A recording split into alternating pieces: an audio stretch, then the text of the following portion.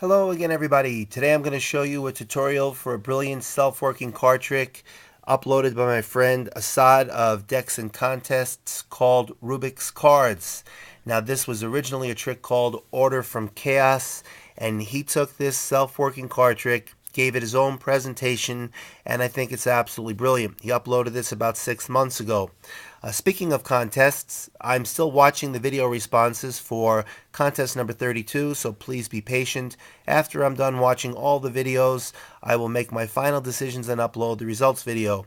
If you guys are looking for a really cool contest, Assad is running a best self-working card trick contest on his channel. Click on the link here or in the description box below and check out his contest.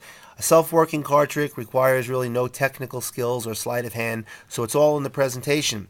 And that's why I love this card trick. He took a trick called Order from Chaos, which is an old trick, and he gave it his own presentation and called it Rubik's Cards.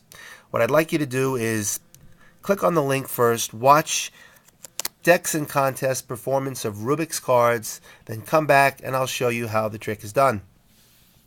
Okay, hopefully you watched his performance. One of the things about the old Order from Chaos trick is you go through the cards, and the cards are supposedly in random order, but they're actually set up. And this is the setup, and you can jot this down if you'd like. I'm going to try and make it easy to remember this setup. But what Assad does is, rather than going through and showing different ways of shuffling the cards, like the Order from Chaos trick does, is he uses this like a Rubik's Cube and tries to solve or restore order as quickly as possible.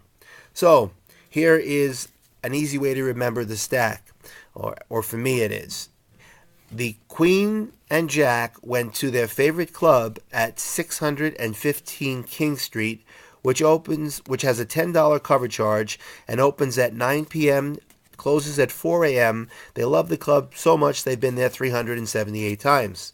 So the Queen and Jack went to their favorite club at 615 King Street, $10 cover, opens at 9, closes at 4 a.m., and they've been there 378 times. For me, that's easy to remember. Any way that you can remember them, or you can just write it down. You're going to take these clubs and place them on the bottom of the deck just like that, and you're ready to begin. What you want to do is give the cards a riffle shuffle, and then by doing that, all the clubs should stay on the bottom. Take the top third of the cards or so, as long as there are no clubs in the top, and there shouldn't be, and give the cards a second riffle shuffle.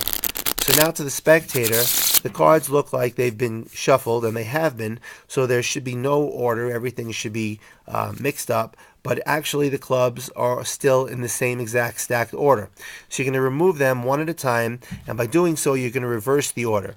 So you're going to have the Queen, then the Jack, then the 2, then the 6, and you're going to set them down, and you want to go one at a time because you do not want to pass a club, because that'll mix up the cards.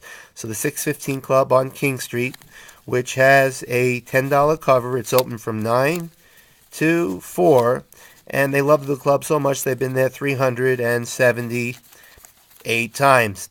That's how I remember it. Okay, so you now take these cards, you say to the spectator, okay, look, all these cards are completely mixed up.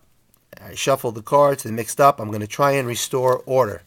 And now what you do is you go through these steps, and it's pretty easy to remember if you do it a few times, and I'll explain why.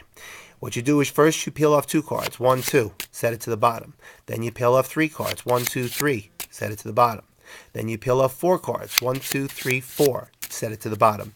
Spread 3 cards, drop them, 2 cards, drop them, 3 cards, drop them, 2 cards, drop them, and 3 cards, drop them. Then you're going to in, out jog every other card.